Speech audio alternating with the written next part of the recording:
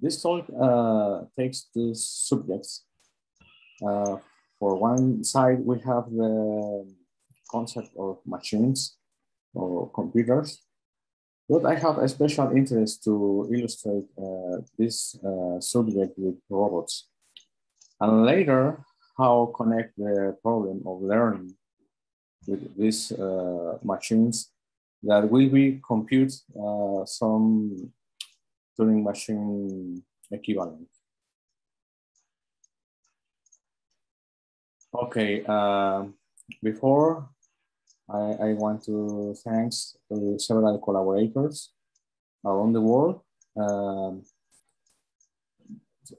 Her contributions and participation for several collaborations from Adamaski, Ricardo, Macintosh, Ivan, Sergio, Luz, Shigeru, Kenichi, Maurice, Marcin, Ivan, Dimitri, and several of those results comes from several years ago. Okay, what is the main interest? Well, we will discuss how a machine, in this case robots, can be able to perform computations and what imply the problem of learn in these machines. So I have interest in this subject because several years I have worked with robots and trying to understand how a robot can perform a specific task following several algorithms or any other techniques. Of course, this problem is related to artificial life, artificial intelligence, and machines. So particularly, I have a special attention in modular robots and the serial automata theory. Okay, why consider the serial automata theory?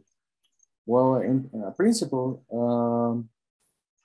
we have here concepts of nature, simple programs, discrete domain, and parallel computation.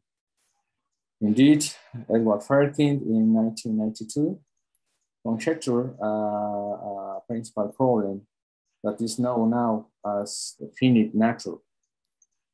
Finite nature related problem that probably the final goal is that all domain will be discrete.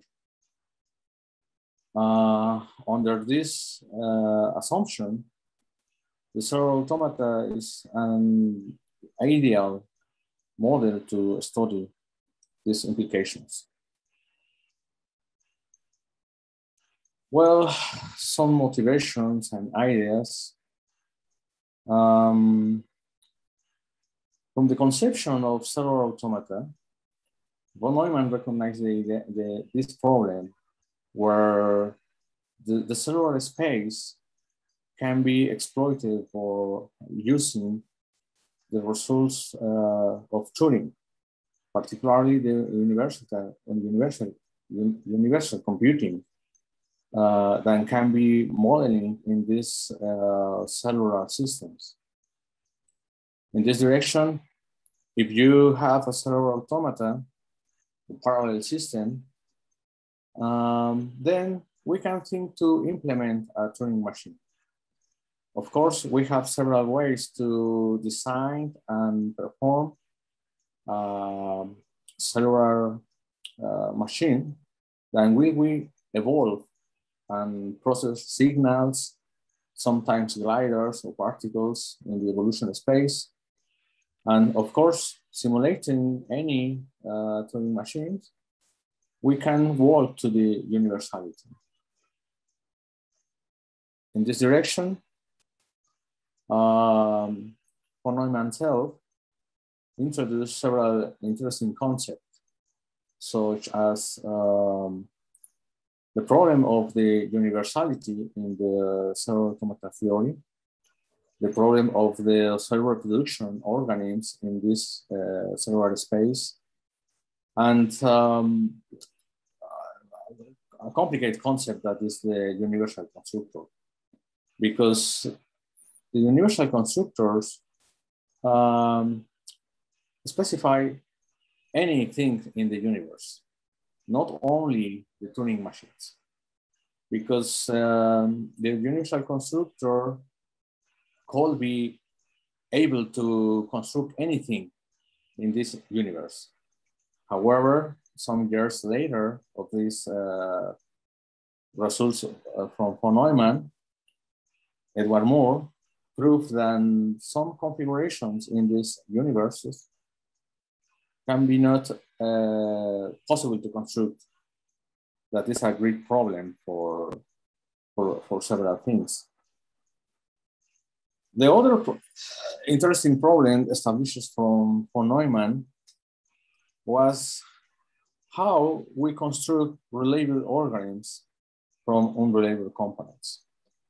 It is a central problem in many complex systems, because you can work with primitive organisms. The problem is how organize these elements, these primitive elements, to perform a specific task, right? For example, if you want to design a specific algorithm, so it's necessary think how design the evolution, the cellular space to control the signals, and therefore implement some algorithms. Okay.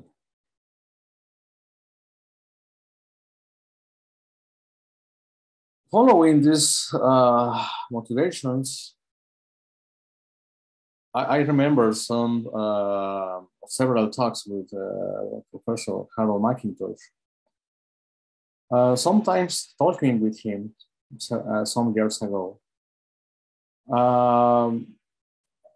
In a time in his life, McIntosh had the opportunity to meet with von Neumann in Princeton. And in these sessions, hear many times how von Neumann was interested to the possibility of construct factories automatically. Of course, not necessarily in the physics form, but in artificial directions, how some factory could be the characteristic of cell reproduction. Following the idea using cellular automata, McIntosh has commented several times, for example, how watch the evolution when you see the dynamics of particular cellular automata. Maybe it's not easy to understand what is the dynamics, because several times it is the origin of a great deal of confusion. In this direction, of course, several techniques are used in cellular automata to understand the dynamics, chaotic behavior, or complex dynamics.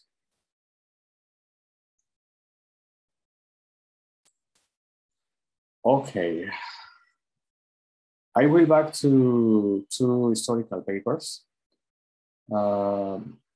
relating this problem. The first, because these problems are not new, really. For example, Alan Turing in 1950 year established a question: can machines think? Well, Turing discussed amply this problem in this paper, that is the computing machinery and intelligence. And in several stages in the paper, Turing establishes this difference between computers and intelligence. So a conclusion is that, of course, we will separate these concepts to try to specify what is the relation between the intelligence in computer science. Because of course, affinity state machines is able to perform many tasks. However, these machines have not the ability to think. That is impossible to relate in the concept of intelligence and the humans use it commonly. The other paper comes with Marvin Minsky in 1961. In this paper, Minsky establishes 4 properties for talk about of the artificial intelligence. Minsky separates 4 components here, and principally the problem of learning systems. How an artificial system can be the possibility to learn.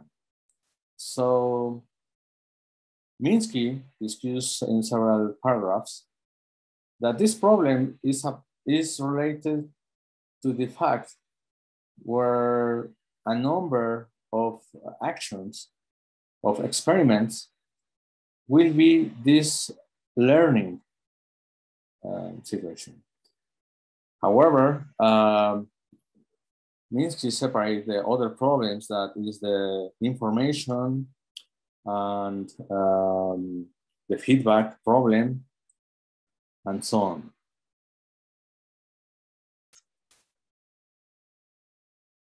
Okay, we know, of course, for several years, and if we talk about the computations, we will relate immediately the concept of algorithm, because the algorithm is the description of a problem in these steps. Okay. A consequence of computation is what problem can be decidable or not. Well, of course, Alan Turing solved this problem with his method, specifying if we have a problem, this problem will be evaluated in a finite state machine. That is indeed the Turing machine itself. So if this problem can be described for a number of steps and reach a final state or into this machine, okay, we can conclude that the problem is decidable. In other case, the problem is undecidable, and the main problem is that we cannot develop any algorithm in this direction.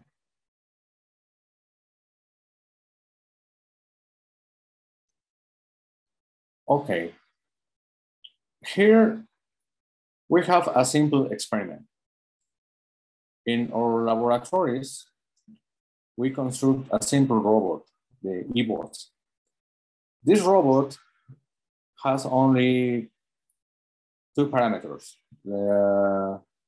because this robot has only sensors, distance sensors, and only takes 2 decisions to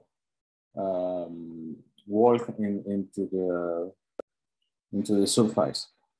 But what happened with this robot reached some complicated places into the laboratory? Well, the robot will decide what is the action to exit in this gate. In this direction, we can think about of artificial disability, because it is not really complicated how the robot is able to find a solution for this problem. And the robot can work for many hours in this room, including the robot not collapse really, because the sensors permit specific distances, and this avoids that the robot could be reached very close gap into the laboratory. Okay, so we can say that using only two simple decisions, the robot can survive for many times in the laboratory. Okay. Learning in machines. Well, learning depends on the history and facts for organisms, life organisms. And this change dynamically. It is the experience. But for a robot, it is a database and a number. And a number that is the number of experiments in these robots. This is the frequency, where the frequency more the database is useful to talk about of learning in machines. Okay, now we have particular interest in modular robotics. Why? Well, modular robotics are cheaper in some direction. They are versatile, work in blocks. That is very useful to reconfigure many robots with the same components. They are reconfigurable and are adaptable for new designs and can be useful to solve other problems. Particularly, we will work with Cubeless robots. Cubeless robots are invented for Eric Streikert, that is a graduate of Cornell University. No, Carnegie Mellon University in the United States. And those robots work with magnetic properties, because you can connect the robots only concatenating these magnetic phases. And you can think on several designs. Particularly, we have an ample number of possibilities, because if these robots only need a concatenation or juxtaposition, so we have an infinite number of robots, because we can't work with robots in 1 dimension, in 2 dimensions, in 3 dimensions, and only we need specify what kind of robot we need. In this case, the Cubeless robots have 3 essential characteristics. One set of robots are the sense, action, that is the distances, brightness, knob, or temperature. The other block are considered for think. It is the interesting characterization of this robot, because the think block relates the battery, the Bluetooth connection, passive robots that have not any action, blockers, inverse, maximum, minimum, and threshold. And finally, we have the set of action robots. They introduce the mobility, the dynamics in these robots. And they are the rotate actions, the driver, the bar graph, speaker, and flashlight. So this notation is useful to codify and construct specific robots where we can reconstruct easily.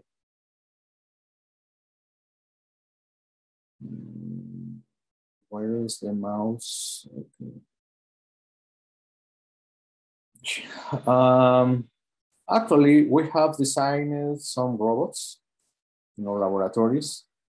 A typical example is the autonomous car, where this autonomous car is constructed basically with a sensor in the front of the robots, and impulsed for 2 drivers Cubeless robots.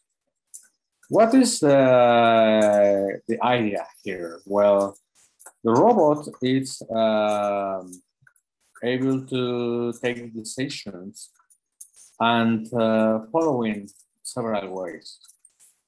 Of course, in an initial state, the robot is recognizing what is the area. So when the robot is working, the robot again will decide what is the best action here. For example, following a simple problem where the robot will find the best way to reach the start and end state. The robot will again store what is the route where it's working in the time, and later decide what is the best change in the direction. Of course, when the robot is working for several minutes, it is information is stored in a database. So the database again is useful to establish in the robot what is the best next decision. So actually, we have other models where we can connect, for example, cameras, where the camera is useful to recognize different views from different perspectives. What is the problem here and the utility is that you can analyze different kinds of views at the same time. For example, using a 360 degrees view. So this information is useful to recognize, of course, the environment and the objects and the surfaces and inclusively aerial objects, right? Okay. However, what happened with these robots? Well, another interesting implementation was robotic Turing machines. We have reports about of mechanical Turing machines, or for example, the Lego Turing machine that some years ago was implemented for the Lego company. However, here we exploit the versatility of cubelets and implement a universal Turing machine. This Turing machine relates the problem of Zero Automata Rule 110, and the machines has the action where will we simulate the dynamics of Rule 110. Of course, the dynamics is visualized of one array of blocks, and the machine is able to advance and read the characters. We will see how it works, the machine. Okay.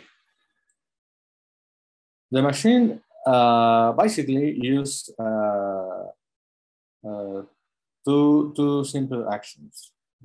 One action is move left or right. That is the original concept of a Turing machine.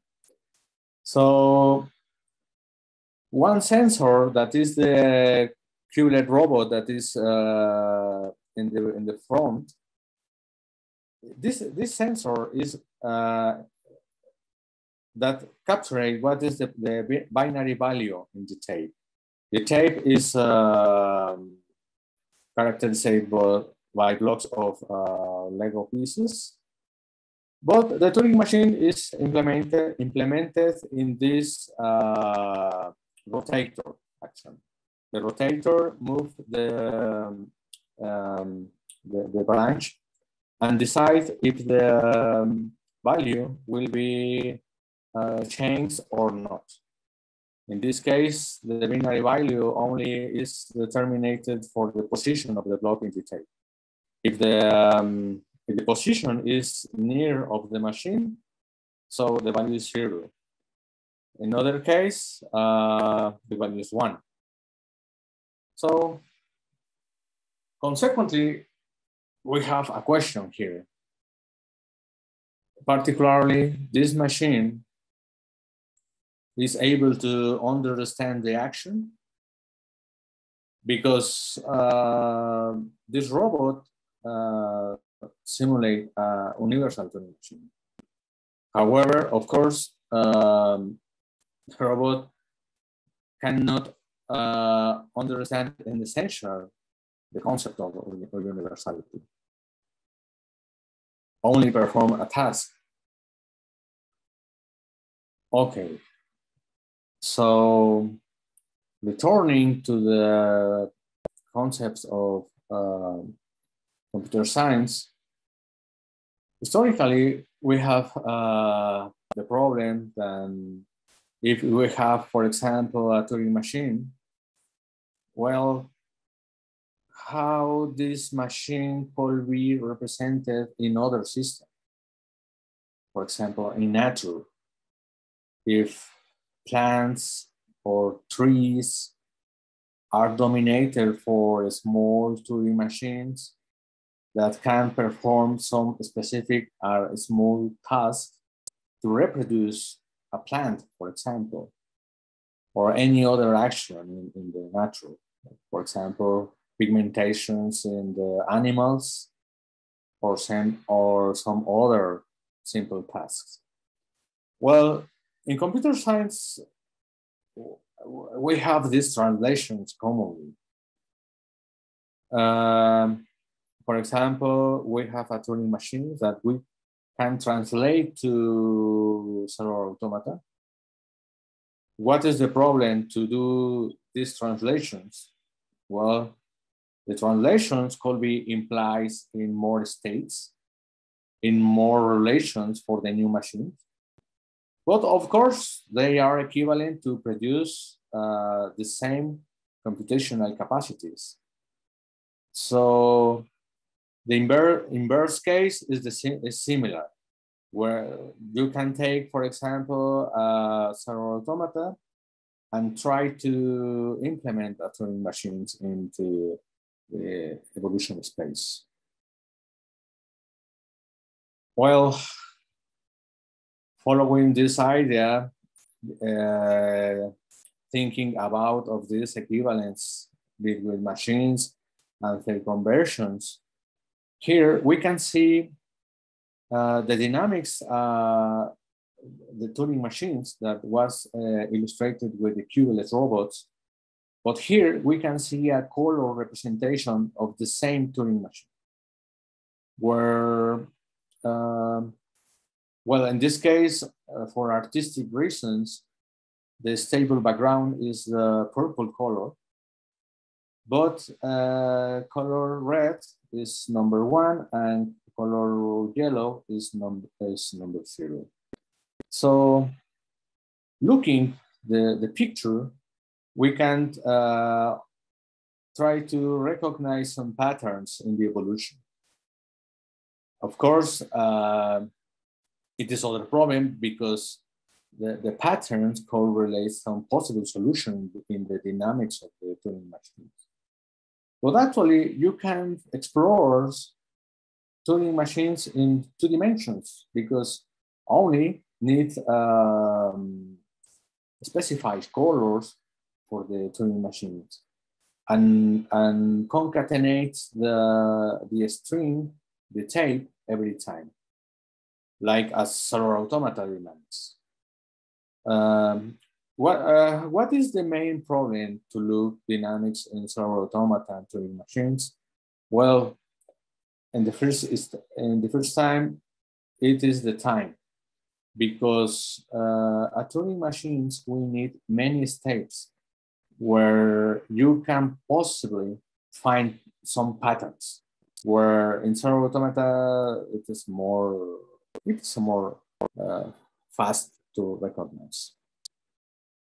Okay.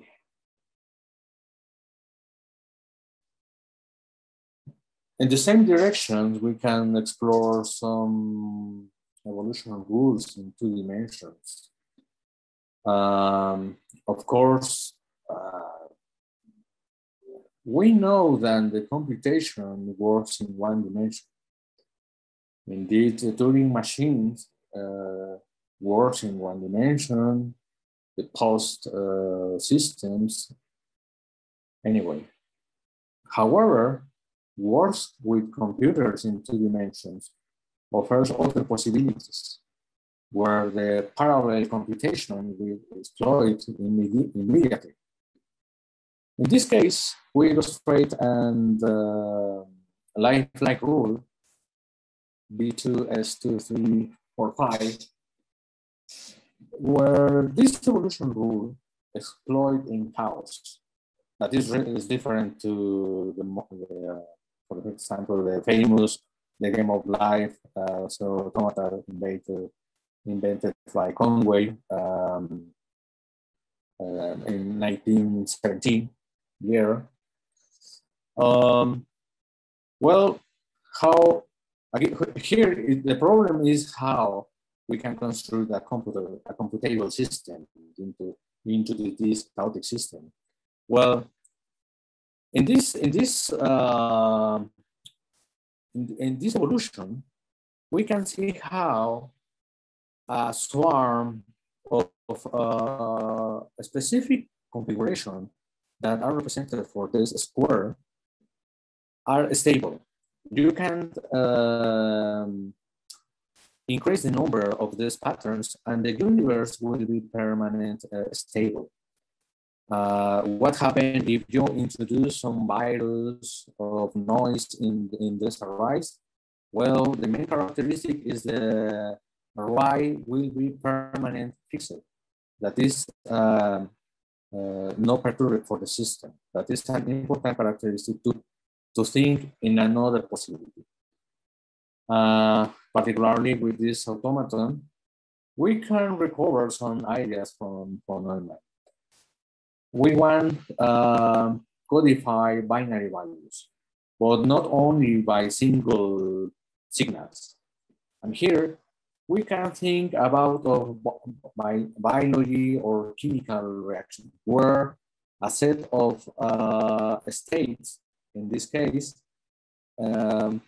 these patterns are stimulated for one collision between a particle that is traveling versus the wall, and the collision produces an explosion of patterns in the evolution space. In this case, we have a simple principle. If the pattern is symmetric, then it is value 0. But the pattern is asymmetric, and then the value will be 1. So following this simple principle, we can control information in this chaotic automaton. Recently, indeed this year, we have implemented a free input majority gate. What is the characteristic in this majority gate? Well, in the first time, the majority gate implies a parallel computation because the 3 values will be processed at the same time in only one position. That is exactly the middle intersection between 3 channels, where the channels are traveling with the qualification of binary values, and we have implemented all combinations, and we will produce the truth table for this majority gate. Okay. Actually, these designs with this majority gates is used in nano computing or another electronic implementations. Following the same ideas, we have an implementation with robots. In this case, we have not designed robots that have the capacity of moving. In this case, exploit another characteristic. Because robots, Cubeless robots with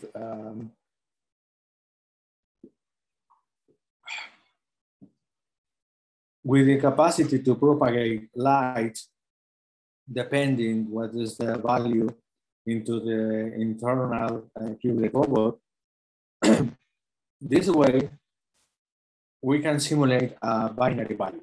A binary, a full adder. This adder have 3 inputs, that is A, B, and Z. Particularly, this adder works only with majority gates and helps with some NOT gates to consolidate the final operations and produce the addition of the combination of values and preserve what is the carry value that we will preserve in the operation. Of course, the design is not probably the most optimal implementation because we need to specify the value A and B with 2 Cubelet sensors. However, we can connect these inputs with using more robots. But the final result here is that the propagation of light into this design produces exactly the action of this full adder. So every combination is calculated for the reaction for every robot, and the robot propagates the actions for the binary value. Finally, this robot is able to simulate this algorithm. Okay. What we conclude? Well, we have a number of questions given the experience to work with the robots and servo automata rules, and we can specify some sentences. First, a computer could choose an algorithm itself. Well, theoretically, it is true because well, is here a way to get this algorithm. Is this intelligence? No, because the intelligence is different to the number of experience to get a final result. Well, what happened with the same computer? The computer could find this solution into the universe of possible solutions. Yes, it is possible in the universe, possible solutions. It is intelligence? No. So what is? It is randomness. Because the universe of possible solutions, the universe of algorithms, we know is infinite. And the possibility where a computer by itself could we find this solution or algorithms is possible into the universe of randomness. But what is the problem? The problem is that the probability is very slow, where this computer could find by itself the solution. Okay, could a universal algorithm find and execute another universal algorithm? Yes, this is problem. But the problem again, the probability is very slow.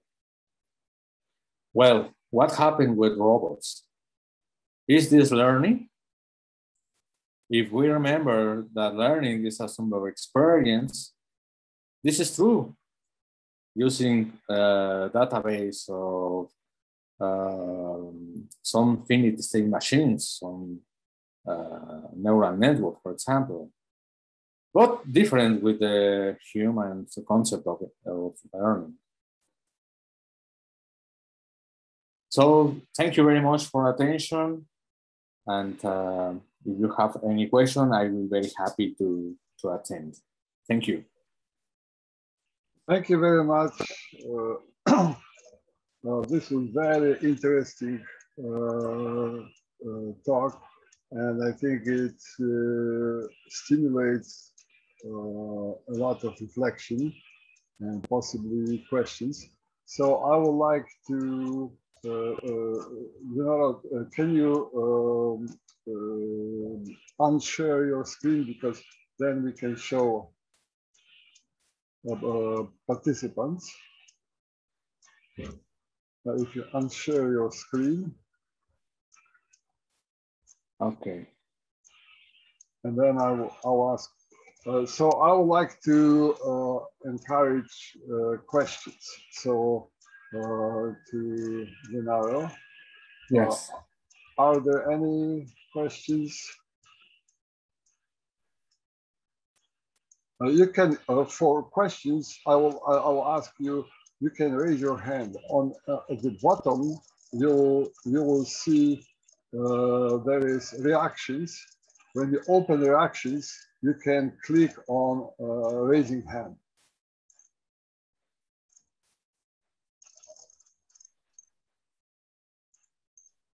So for instance, here I click and my raise hand appears. At the moment, I don't see yet any questions, so maybe I will use this opportunity to ask my question. Okay. My first question is about your last comments were about learning. Now, definitely we have some form of learning in this case, but then in discussions about learning, not in the context of automata, not in the context of computing, but in general, there is this idea that there is difference between learning and active learning. Can you see a possibility that automata, cellular automata, or any form of computing system can acquire this ability of active learning, not as a reaction to stimulus from the environment and like learning, collecting a lot of information, but seeking information. What do you think about this way of learning by automata? Well, again, as you have commented, it is different to the human concept or human experience. Because I remember, for example, a typical problem where a child tried to walk in the first months of the life. So the child can't understand that he needs to move the legs in some frequency and force to get the energy to motivate this learning. However, for machines, it is only I think, for example, if the robot is able to collect a specific algorithm and decide what is the best algorithm to perform and try to walk. However, what is the final decision for the robot? The final decision for the robot is that if its dynamics have not any perturbation, the algorithm works fine. But if it is not the case, so the robot has the possibility to select another algorithm with some small change and intent again. But it is only experiments, not it's experience again, but not in the same, not in the same sense. So probably we can say this is robot learning or automata learning. Yeah.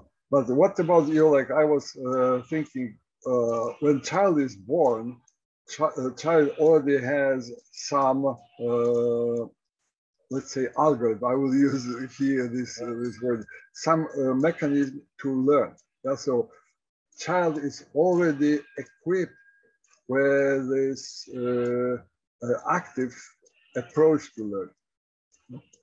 Mm-hmm. It's not intentional. It's not the child, of course, is aware of this, but it is seeking. It is, for instance, it starts to do babbling, blah, blah, blah, blah. And then when mother or father is selecting some words, child is following what is learning from parents, not from every possible stimulus, but specific stimuli. I thought maybe it is possible to develop algorithm not for doing specific things, but for activating search for learning. Yes, yes. Some kind of like meta algorithm. What do you think about this? It's the life algorithm, I think. Yeah, yeah. Yes. Do you see some kind of, is it completely out of question, or is it just possibility to search for algorithm to stimulate process of learning? Yes. Or indirectly? Yes, exactly. But maybe I think it is the situation with robots, because thinking in the most randomly world, the robot has many possibilities to find any specific action. Again, the problem is that the number of algorithms is very ample, and inclusively, the robot choose a good algorithm, but maybe not the best algorithm. It is only for work in this moment and continue with the next action. Mm-hmm.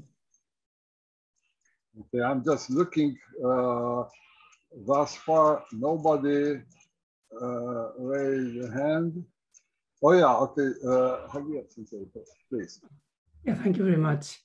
So at the beginning of your talk, you mentioned von Neumann's original motivation of computation by unreliable components. Yes. So may I ask how you introduce unreliability into your theory or theoretical models, or how about your modular robots? What kind of unreliability appears in your modular robots? Yes, it is because the consequence in several automata is immediately. You have only primitive signals where they will be some kind of self-organization to produce a stable component where can be manipulated to construct another complex component. So following this idea, it is possible to control a complex system and therefore implement a complicated components such a Turing machine itself into the cellular space. So, however, thinking how von Neumann was thinking the possibility to manipulate a natural process in the cerebral automata, was thinking more in the parallel process. not the linear computation that is the Turing machine. Because in this direction, maybe in serial automata theory is always a recurrent problem why the computation will be following the linear condition and not exploit the parallel process. You know? In this case, for example, again, the majority gate is a nice example where the values are processed in only one step, and you not need wait 2 or 3 steps to get the final result of the computation.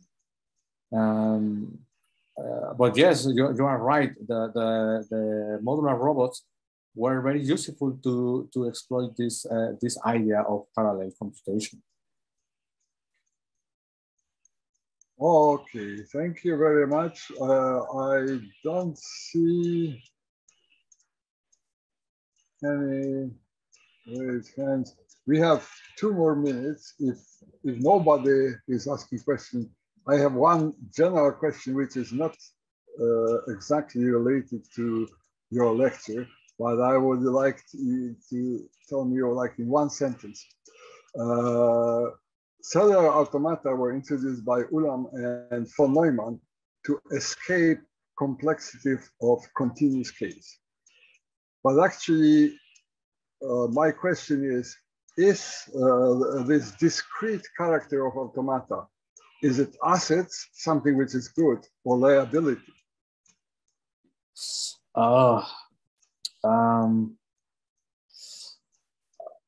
I have only one comment here in this question, because sometimes, well, several times talking with many people in serial automata, as indeed Adamaski, Katsunobu, Kenichi, Macintosh. Von Neumann has the conception of discrete domain, not because he had ignored the continuous domain. The motivation for von Neumann is only follow the most easy way, because the continuous version is automata increase the complexity to domain anything. It's only yeah. The thing is that when we look now in hindsight, we can see that, for instance, introduction of calculus was a great, because many complex discrete cases could be resolved. Yeah, so we just instead of using, for instance, in probability, yeah, we have continuous distributions, like normal distribution is much easier than to deal with separate discrete cases. So in this case, I thought maybe some problems which are in cellular automata could be solved if we try to look for continuous case as some kind of going beyond what is. But actually, we got to the end of this hour. So I would like to thank you very much for a great lecture, very interesting. And what is important that you presented it in a way which could be understood by people who are not specialists in cellular automata, but still we could learn a lot. So thank you very much. Thank you to everybody.